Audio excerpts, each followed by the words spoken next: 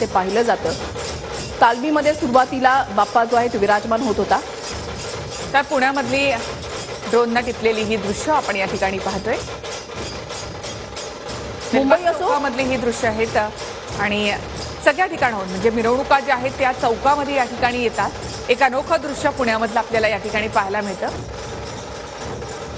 निखिला, जर आपण पाहिलं तर मुंबई पुण्यासारख्या शहरामध्ये एरवी म्हणजे गणेशोत्सवाचे दिवस वगळता या दिवसांवर चालायला सुद्धा जागा नसते।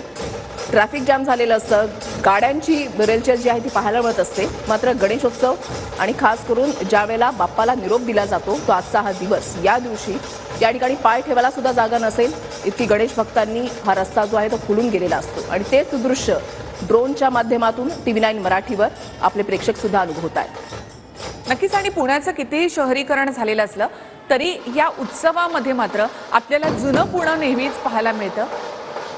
ती या ठिकाणी आपल्याला अनुभवता येते।